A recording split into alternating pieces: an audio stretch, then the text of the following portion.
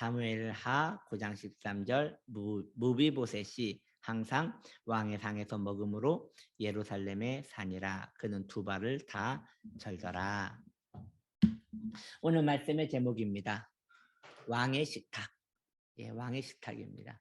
오늘 말씀에 보니까 이 왕의 식탁에서 이렇게 식사를 했다. 무비보셋이 식탁을 했다 해가지고 왕의 식탁이라는 말씀으로 함께 은혜를 나누려고 합니다. 이제 다윗이 어느 정도 자리를 잡았어요.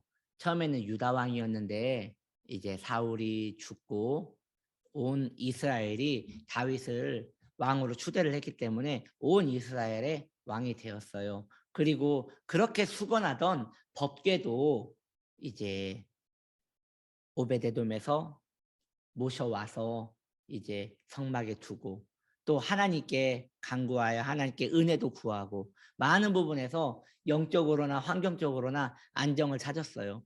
그러니까 이제 다윗이 친구 요나단이 생각이 난 거예요. 그래서 요나단과 약속했던 그 시간이 기억이 난 거죠.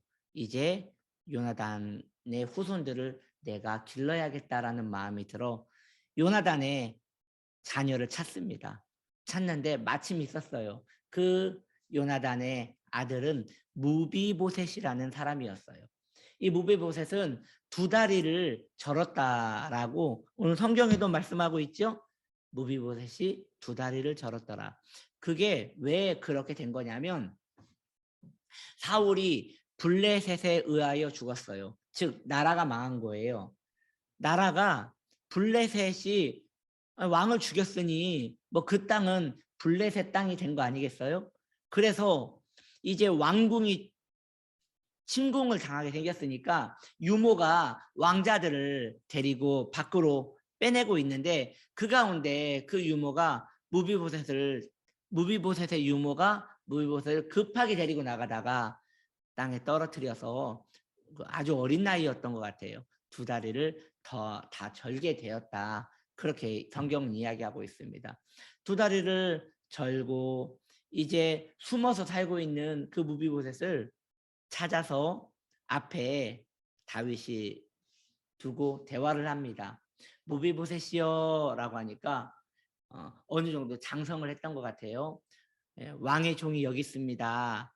자신을 왕의 종이라고 칭을 해요.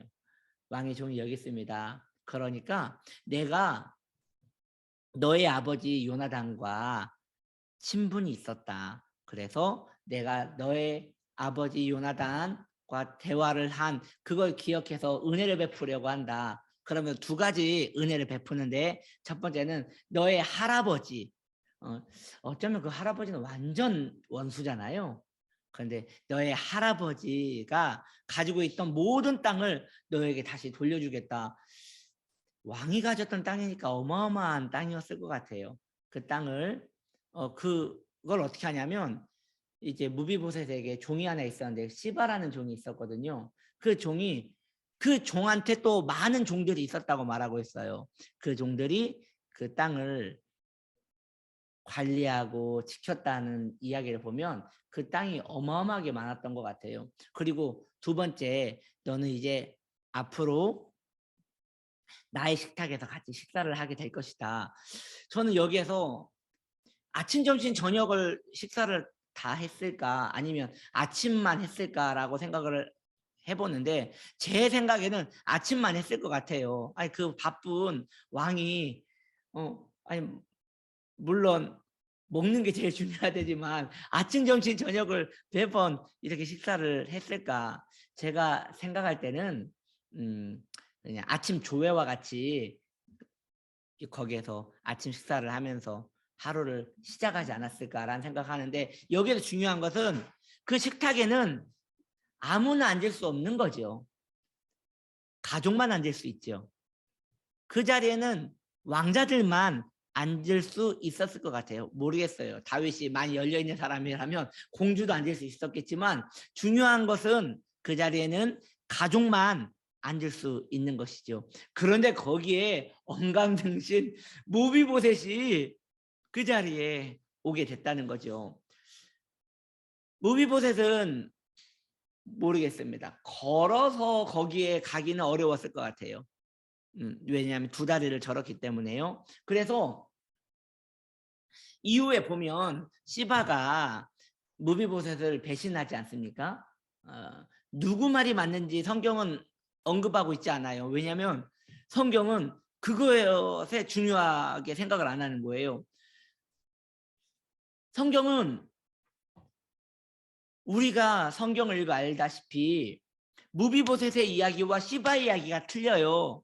시바는 다윗에게 말하기를 제가 무비보셋에게 같이 떠나자고 했는데 무비보셋이 이제 다윗이 망하게 됐으니 나의 백성들이 나에게 영광을 돌리지 않겠느냐, 즉 사울의 핏줄인 나를 다시 세워 왕으로 세우지 않겠느냐라고 말을 하고 그 사람들은 이 무비보셋은 나를 따라오지 않았습니다 라고 말을 했고, 그리고 무비보셋은 말하기를 저는 왕을 따라가려고 준비를 했으나 나를 나귀에 태워줄 사람이 없어서 그래서 시바를 기다리고 있는데 시바가 저를 두고 그냥 가버렸습니다 라고 말을 하는데, 성경이 여러분 이것은 조금만 추적해보면 알 수 있는 이야기잖아요. 누구 말이 맞는지. 그런데 성경 그 부분에 있어서 침묵을 해요. 전 이 부분에서 이렇게 생각이 들어요. 성경은 인간의 감정에 대하여, 인간의 시시비비에 대하여 그렇게 관여하지 않습니다. 누가 억울했니, 누가 분하냐, 누가 서럽냐, 이런 부분에 있어서 성경은 중점을 두고 있지 않아요. 왜? 이것은 그다지 중요한 부분이 아니기 때문입니다. 언제나 사람은 자기 입장에서 생각하기 때문에 성경은 그 부분에 따라서 나아가지 않습니다. 성경에서 강조하고자 하는 것은 복음이죠. 그리고 하나님이 무엇을 원하느냐죠. 제가 이 장황한 이야기를 왜 하냐면 무비보셋이 혼자는 못 탔을 거라는 것이에요. 아니 나귀도 혼자 못하는 사람이 타겠어요. 그 자리를 어떻게 오겠어요. 그래서 무비보셋이 이사를 예루살렘 근처로 합니다. 그러니까 무비보셋이 이사를 예루살렘 근처로 했다는 것은 이제 무비보셋에게 가장 중요한 일은 뭐가 됐다는 거예요? 왕의 식탁에 참석하는 것이 그의 생애 중에 가장 중요한 일과가 되었다는 것이에요. 그래서 우리도 그렇잖아요. 학교 가는 게 제일 중요하면 학교 근처로 이사를 오게 되는 것이고, 교회 오는 것이 제일 중요하다면 교회 근처로 이사를 오게 되는 것이고, 그리고 내가 누군가를 가까이 해야 한다면 그 사람 근처로 가게 되는 것이죠. 부모님을 모시는 게 가장 중요한 사람은 부모님 집 근처로 가는 것이고, 왜냐하면 그게 자기의 일생의 지금 과정 가운데 가장 중요하다고 생각하기 때문에 거기에 가까이 가게 되는 것이죠. 마찬가지입니다. 무비보셋도 이제 사울의 땅이 어디 있었는지는 잘 모르겠어요. 그 땅이 중요했다면 그 땅을 관리하기 쉬운 그곳으로 가야겠죠. 아니면 지금 다리가 아프니까 다리 치료를 받는 게 중요한 것이면 그 병원 근처로 가야겠죠. 그런데 무비보셋은 제일 중요한 게 이제 왕의 식탁에 참석하는 거란 말이에요. 거기에 참석을 해서 그 시간을 누립니다. 그래서 제가 생각할 때 아침 식사라고 얘기를 하는 거예요. 아마 저녁 식사였으면 어디에 살든 간에 올 수 있지 않았겠어요? 근데 아침 식사는 뭔가 이렇게 정해졌을 것이고 그 자리에 꼭 참석을 해야 하기 때문에 가지 않았을까. 성도의 삶도 그렇습니다. 우리는 영적인 무비보셋입니다. 자격이 없는 거죠. 왕의 식탁에 참석할 자격이 없습니다. 그리고 심지어 두 다리를 접니다. 이게 무슨 이야기냐면 무비보셋이 두 다리를 절 때에 무비보셋의 잘못은 아니잖아요. 전쟁이 난 것이 무비보셋 잘못도 아니고 전쟁에 진 것도 무비보셋 잘못도 아니고 피신하러 갈 때에 나이가 어렸던 것도 무비보셋 잘못이 아니고 유모가 들고 가다가 떨어뜨린 것도 무비보셋 잘못은 아니에요. 너무 억울한 인생이죠. 너무 비참한 인생이고 근데 그게 인생이에요. 우리 가운데 아픔 없는 사람이 어디 있습니까? 인생이 쉽습니까? 그런 거 없습니다. 아니 어쩌다가 보니까 여기까지 왔지만 다 뭐 내 잘못이었습니까? 아니거든요. 다 내 잘못 아니었거든요. 어쩌다 보니 그렇게 되었거든요. 아니 내가 선택을 잘못했다고요? 아니 그러면 그 선택을 그럴 줄 알고 내가 선택했습니까?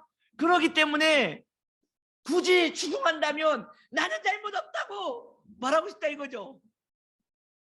근데 성경은 그걸 중요하게 생각하지 않는다니까요. 중요한 것은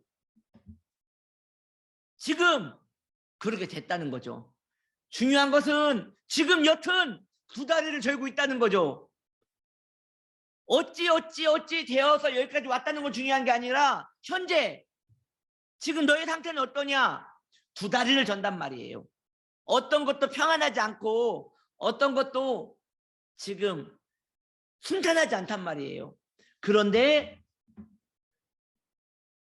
무비보셋이 두 다리를 고쳐서 왕의 식탁에 참석한 게 아니에요. 사울의 자손이 아니어서 왕의 식탁에 참석한 게 아니에요. 있는 모습 그대로 은혜가 임한 거예요. 있는 모습 그대로 은혜가 임해서 왕의 식탁으로 초빙을 받게 된 것이죠. 우리는 생각하기를 내 환경이 정리되기를 원합니다. 내 소망이 이루어지기를 원하는 것이죠. 내 가족이, 내 환경이, 내 건강이 좋아졌으면, 변화됐으면 그렇게 생각할 수 있습니다. 그런데 그게 중요한 게 아닙니다. 오늘 무비보셋에게 일어난 사건은 왕의 식탁에 참석하게 됐다는 것이죠. 하나님 아버지께서는 우리의 왕이십니다. 예수 그리스도께서는 우리의 왕이십니다.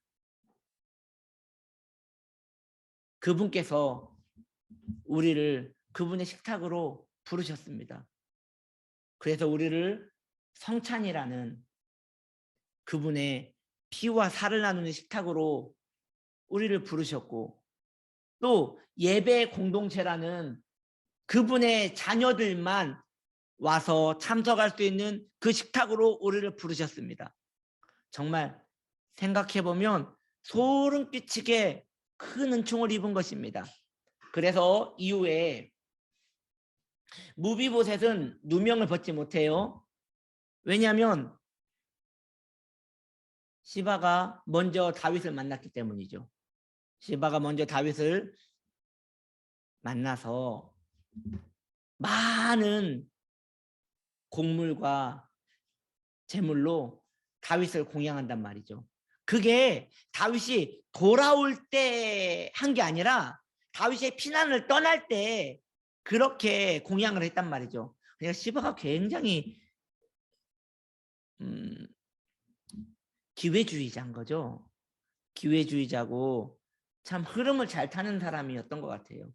그래서 다윗이 도망갈 때에 그러니까 시바는 다윗이 안 돌아오면 자기 재산을 잃는 거예요. 그런데 한탕을 제대로 한 거죠. 그러니까 뭔가 한몫을 제대로 투자할 수 있었던 사람이었던 것 같아요. 그러니까 참 대단한 사람이긴 해요. 그러니까 여튼 다윗은 시바에게 은혜를 입었단 말이에요. 시바에게 신세를 졌단 말이에요. 시바의 말이 맞든 틀리든 그건 중요한 게 아니라 다윗이 지금 시바에게 많은 재물을 지금 공양을 받았다는 것이죠. 지금 엄밀히 말하면 다윗은 힘없는 왕 아닙니까? 그런데 여튼 왕이 다시 귀환을 해서 무비보셋에게 질문을 하단 말이죠. 너는 왜 날 따라오지 않았느냐 라고 할 때 무비보셋이 저는 두 다리를 절고 있지 않습니까?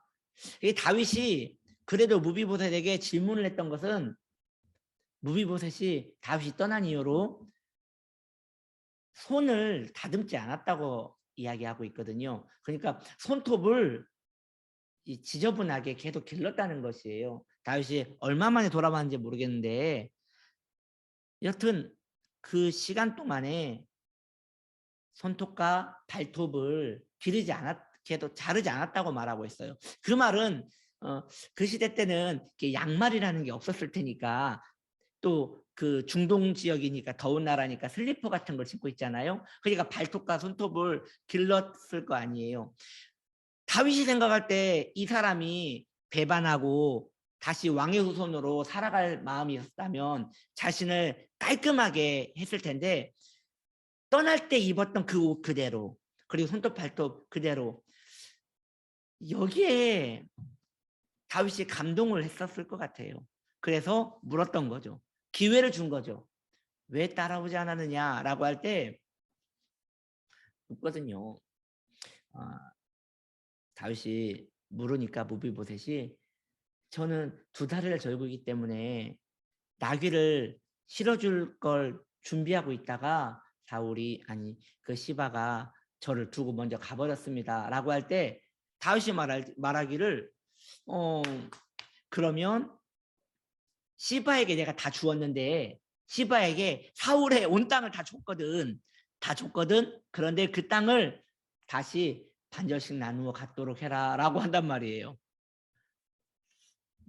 근데 무비보셋이 그때 뭐라고 하냐면 왕이요 그 땅 필요 없습니다. 시바에게 다 가지라고 하십시오.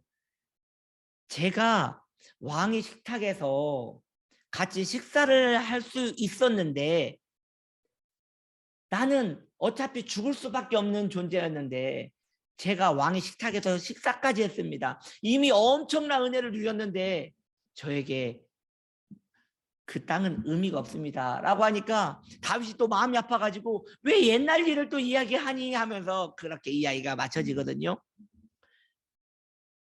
이제 무비보셋은 그 땅에 의미가 없는 거죠. 왜냐하면 은혜를 입었으니까요. 왜 우리는 그렇게 안 될까요? 사람에게 은혜를 입은 사람도 이제 자신이 누리던 이런 모든 것은 의미가 없고 식탁에 참석한 것으로 감사하는데 우리도 그랬으면 좋겠어요.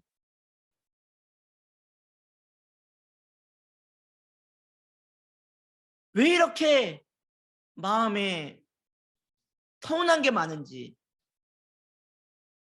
그렇게 따지자면 무비보셋이 서운한 게 제일 많잖아요. 원래 왕족이었는데 아니 내 할아버지가 초대 왕이었는데 요나단은 다윗과 제일 친한 사람이었는데 또 종이라고 하나 있는 그 시바가 나를 배신했는데 할 말 많잖아요. 그런데 말을 안 하고 죽을 수밖에 없는 죄인이 왕의 식탁에 참석했으니 저는 이제 죽어도 여한이 없나이다 라고 말한단 말이에요. 우리도 그래야 한다는 것이죠. 우리도 억울한 거 많고 섭섭한 거 많고 삶이 화나는 게 많아요. 그런데 우리도 예배를 드릴 수 있으니 하나님께서 나를 상대해 주셨으니 나는 죽어도 좋습니다 라고 내 신앙의 궤도를 올려야 한다는 것이죠. 이 무비보셋이 우리에게 복음이에요. 무비보셋이 만난 다윗이 내가 만난 예수 그리스도와 같은 것이에요. 상대도 안 되죠 사실. 그러면 우리는 여기에서 고민해야 하는 것이에요. 못 만났나? 아니 만났으면 여러분 제가 이 무비보셋의 이야기할 때 감격적이지 않습니까? 너무 감격적이잖아요. 무비보셋의 입장으로 볼 때 너무 감격적이잖아요. 엄밀히 말하면 인생 대박 아닙니까? 다윗과 무비보셋의 스토리 놀라울 만큼 정말 영화를 만들어도 손색이 없을 만큼 감격적이잖아요. 왜? 무비보셋은 다윗을 만났고 다윗은 무비보셋에게 은혜를 베풀었으니까요.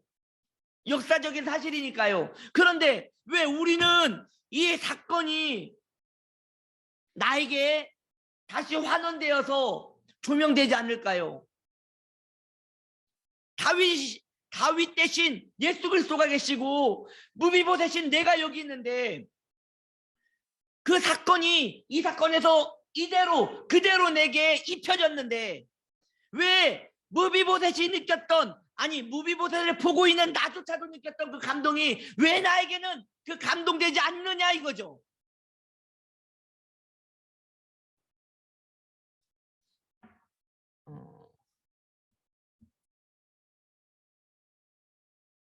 뭔가 큰 문제가 생긴 거죠.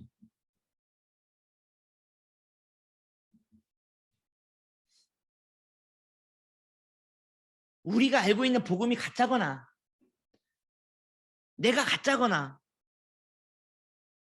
지금 이 사건에 대해서 이 사건이 나에게 입혀졌다는 것 여러분 지금 이 사건이 나에게 지금 그대로 적용된다는 것은 지금 이해가 되시죠?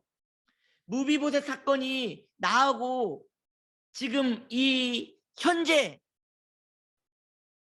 내가 무비보셋이라는 것은 이해를 하시죠? 예. 그러면 뭔가 지금 고장 난 거예요. 성경은 이러한 상황을 성도가 시험 들었다라고 말하는 거예요. 왜냐하면 감격을 못 느껴요. 감격을. 그러면 다 거짓말이든지 아니면 내가 가짜든지 그렇게 되는 거예요. 근데 우리는 이 부분에 있어서 이야기를 잘 안 하려고 해요. 왜냐하면 내가 가짜일까 봐.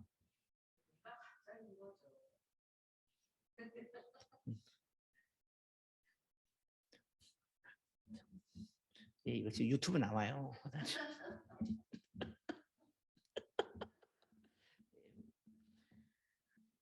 성도님들 이해해 주시 유튜브 성도님들 이해해 주시기 바랍니다.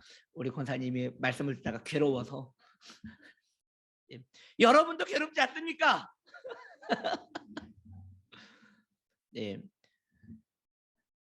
이렇게 극단적인 말씀을 전하면 서로 불편한데 그래도 짚고 넘어가야지 않겠습니까? 우리 하나님께서 우리 예수 그리스도께서 다윗만 못합니까? 우리가 무비보셋보다 덜 비참합니까?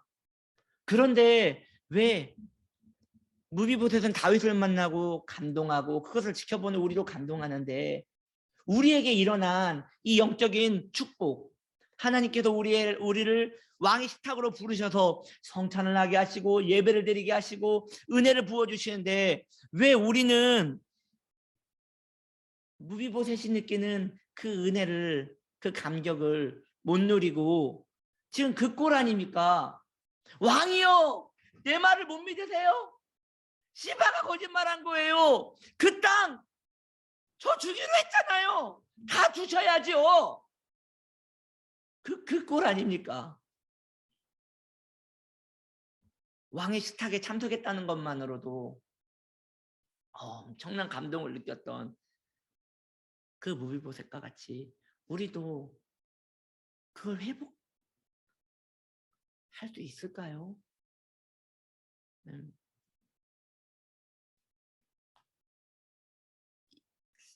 우리 평생에 회복해야 할 일일 겁니다. 여러분 곡괭이를 드십시오. 다시 광산으로 들어갑시다. 그래서 금맥이 나올 때까지 계속 파셔야 합니다. 예, 그 광산에 금맥이 있다고 확신을 가지신다면 다시 신앙의 열심을 가지고 그 금맥을 끊임없이 파셔야 합니다. 금맥이 나올 때까지.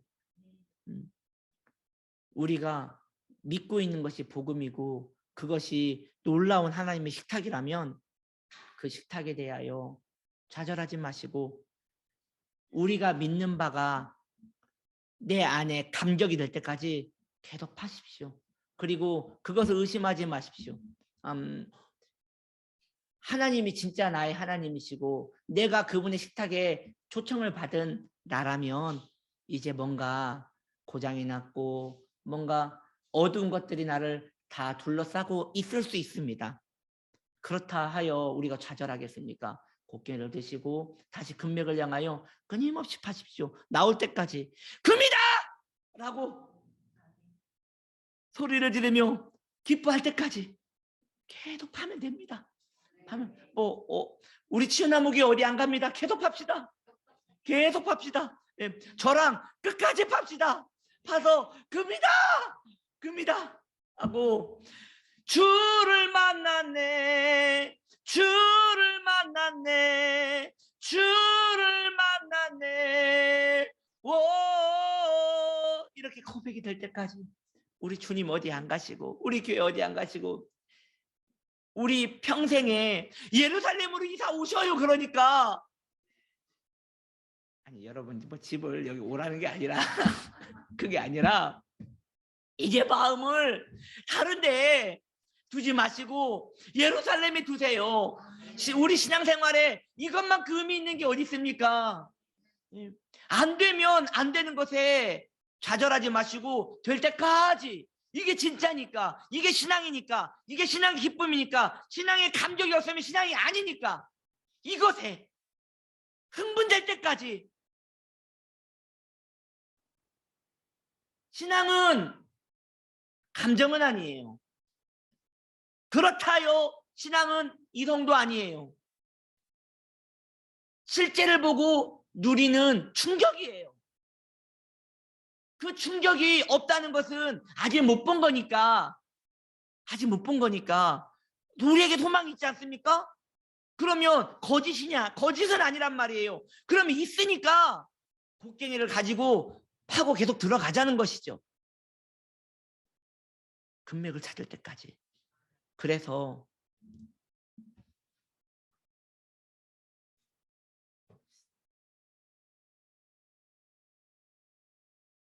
이런 생각을 해봐요. 곡괭이를 파지 않는 이유가 천국 가서 더 놀라시려고 안 파시는 건가? 내가 여기서 미리 좀 보면 천국 가서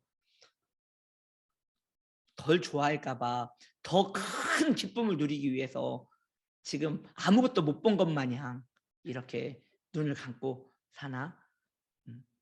이렇게 아이에게 눈 가려봐. 자, 눈 뜨라고 할 때까지 뜨면 안 돼 라고 하는 마음으로 천국 갈 때까지 그렇게 어둠 가운데 사시는 건가? 라는 생각을 하지만 여러분이 이 땅에서 어떤 큰 은혜를 누려도 천국 가면 더 충분히 누리실 것입니다. 그러니까 아끼지 마시고 이 땅에서 그 금맥을 찾아 그 은혜를 누리시길 바랍니다. 기도합시다. 하나님, 내가 무비보셋이고 예수 그리스도가 다윗입니다. 그렇다면 무비보셋이 다윗을 만나 누렸던 그 은혜와 감격과 기쁨이 우리에게도 누려지기를 원합니다. 주님, 이것이 누려지지 않고 있다면 주님이 가짜가 아니고 내가 가짜가 아니라면 아직 못 만난 것이오니 그것에 내 인생을 다 쏟아 그것을 찾는데 내 삶을 다 드려지게 하여 주옵소서. 예루살렘으로 이사 오게 하여 주옵소서. 감사드리며 예수님의 이름으로 기도드립니다. 아멘.